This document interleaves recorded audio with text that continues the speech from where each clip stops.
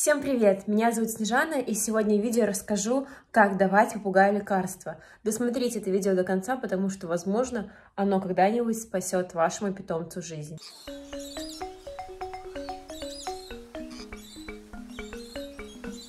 У меня сейчас 5 птиц, которым я буду давать лекарства. Среди них есть те, которые хорошо пьют, которые отказываются выпивать, плюются, тошнят этим лекарством. Поэтому я поделюсь классическим способом дачи лекарства и своим опытом, своими способами и усовершенствованными методиками. Кому нужно давать лекарства? Абсолютно всем попугаям, которым назначил врач лекарства. Если ваша птица очень редко летает, это меньше нескольких часов в сутки, если она не питается фруктами, овощами, зеленью каждый день, либо она этого не умеет, она не проживет здоровую жизнь. И если те же фрукты она не умеет кушать, то ссылки, подсказки, как научить это делать, я оставлю в описании и в подсказках. И в профиле на канале очень много информации. Пожалуйста, ознакомьтесь, чтобы ваша птица не заболела. Ну а мы переходим к лечению.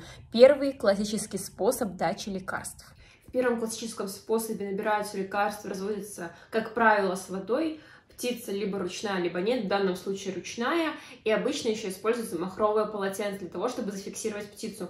Оно окручивается вокруг нее, тем самым птица обездвижена, но не пережата. И обязательно техника фиксации головы. Нам понадобится 3 пальца, мы охватываем голову птицы. 1 палец указательный на макушку и 2 пальчика по сторонам. Тем самым птица не будет выкручиваться, и вы случайно не выльете большую дозу лекарства. Берется шприц. В данном случае мне нужно вот эти вот 0,2 мл влить в птичку. Шприц советую держать вот таким вот способом, потому что если будете выдавливать вот так, то точно передозируете, выдавите больше. Так он не контролируется. Так контролируется.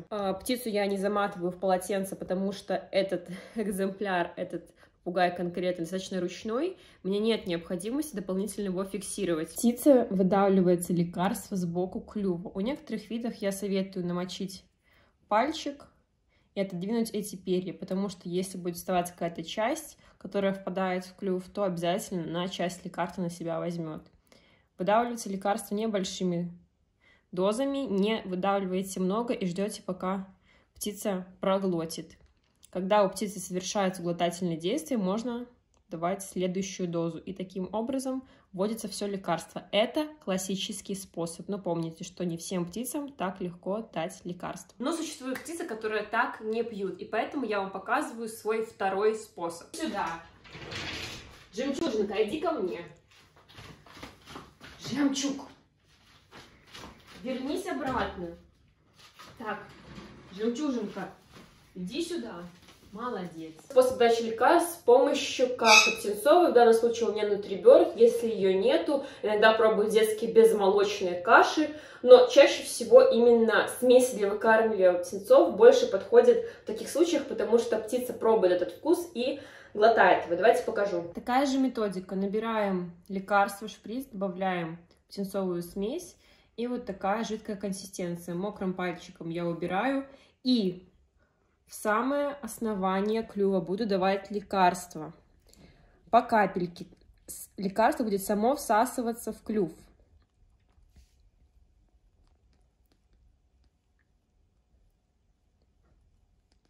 И вот эта конкретно птица не глотает лекарство без каши. А вот с кашей глотает без проблем. И после того, как мы допоили птиц, я их выпускаю, жемчужинка сама долетит. И обязательно я даю лакомство, чтобы потом птица не так боялась. Голубчик, поздоровайся со зрителями. Умничка, молодец, держи.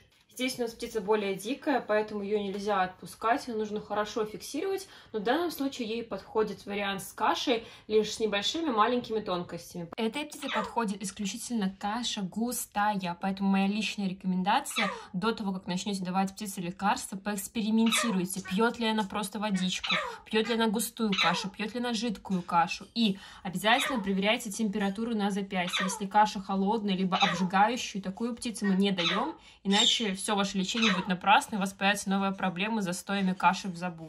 Если каша остывает, всегда имейте воду с кипятком, на несколько секунд погружайте и опять проверяйте температуру каши. И точно таким же предыдущим способом я даю этой птице лекарство. Она прекрасно с кашей кушает, даже наоборот вырывает шприц, чтобы покушать. Еще одна моя рекомендация. В шприце всегда остается какое-то количество каши, а значит и лекарства. Я набираю чуть-чуть водички, споласкиваю. Обязательно проверяю, чтобы вода не была кипятком, не была горячей. И могу выпоить птицы. В целом, после дачи лекарств они с удовольствием забивают, потому что лекарства не все приятные. И обязательно после дачи лекарств позаботьтесь, чтобы у птицы было что погрызть, потому что все эти лекарства остаются на клюве, она хочет их чистить. Следующая птица самая привередливая. Для нее у меня отдельный способ дачи лекарств будет основан на разнице температур и криков «да-магвай». В этом шприце у меня находится лекарство, оно комнатной температуры, а здесь шприц с теплой водой. Сначала я даю птице немножко лекарства, но она отказывается его заглатывать, и оно просто перемещается в подклювье. Но когда я добавляю немножко теплой воды, и еще можно применить фокус, небольшое поглаживание под шеей, то у птицы происходит сгладывающее движение.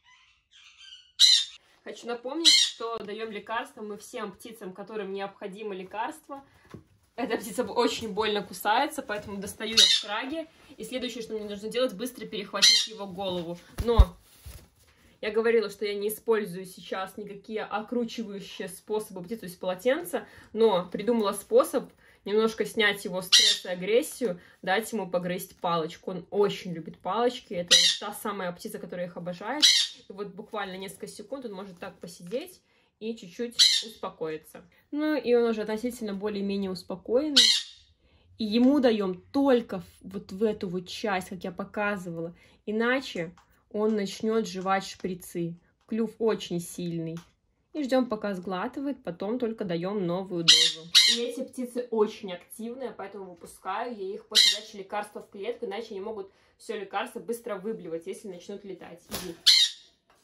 Спасибо за просмотр, я надеюсь, это видео было для вас полезным. Больше информации в моих соцсетях, инстаграме, тиктоке, все ссылки в описании. Обязательно переходите по ссылкам, которые я вам уже оставляла, чтобы вам никогда не пригодилось это видео на тему болезней. Если у вас есть вопросы, также делитесь ими в комментариях и попробуем их разобрать вместе. С вами была Снежана и канал Bird Space. До скорых встреч, пока!